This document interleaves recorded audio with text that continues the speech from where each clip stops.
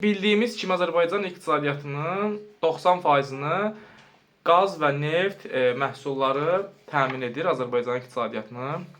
Nəzər salaq, 10 il bundan qabaq Azərbaycandan neçə milyon ton neft ixrac olunurdu və hal-hazırda 2025-ci ilin illik hesabatına görə neçə milyon ton ixrac olunur. 2025-ci ilin illik hesabatına görə 23,38 milyon ton ixrac olunub Azərbaycandan. Bu da gündə 450 min, 460 min barel neft deməkdir. Bunun 60%-ni çıraq, günəşli yatağı təmin edib. 10 il bundan qabaq geriyə qayıtsaq, görürük ki, 2014-15-ci ilin illik hesabatına görə 41,9 milyon ton neft ixrac olunub 10 il bundan qabaq. İndi isə hal-hazırda 23,38 milyon. Aradakı fərqə baxın birdən-birə. 14-15 milyon arada fərq var. 10 il bundan qabaq 14-15 milyon indikindən çox neft ixrac olunub. İndi isə 15 milyon ton azalma var.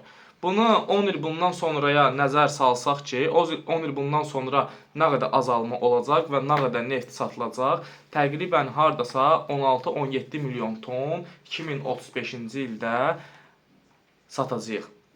Bu da o deməkdir ki, Azərbaycan iqtisadiyyatının 90%-ni neft və qaz təmin etdiyinə görə neftdə kəskin sürətdə azalmalar baş verir.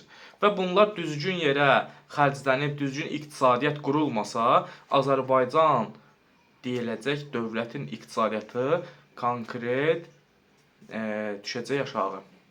İlham Əliyevin yürütdüyü siyasətlə getsək, inanmıram ki, növbəti 10 ildə bizim bir yaxşı bir şey gözlənilir. Artıq neft tükənmək üzrədir.